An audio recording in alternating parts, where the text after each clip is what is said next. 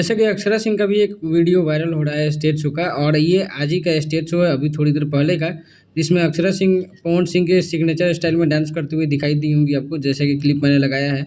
और पवन सिंह के भाई का भी शादी आज ही है। ऐसे तो बहुत सारे स्टार्स का वीडियो जो है वायरल हो रहा है कि पवन सिंह के भाई के शादी में ही प्रोग्राम में गए हुए हैं।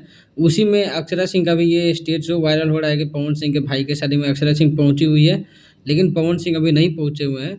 और इसको आपको जानकारी दे दें कि ये स्टेज शो आज ही का है, थोड़ी देर पहले का। अक्षरा सिंह किसी महोत्सव में गई हुई है और वहीं का ये वीडियो था। अब बात कर लेते पावर स्टार पवन सिंह का, तो जैसा कि खबरें आ रही हैं, थोड़ी देर में यानी 10 से 15 या 20 मिनट के अंदर में पवन सिंह पहुंचेंगे। पवन सिंह स्टेज पे जाने के पहले मूड बनाते हैं, पहले आप सबको पता ही है। उसके बाद स्टेज शो में आते हैं पवन सिंह। तो शादी में नहीं पहुंचे हैं, लेकिन स्टेज पे धमाल मचेगा। अभी चैनल से जुड़े रहिए, बहुत सारा वीडियो आना बाकी है। Thank you.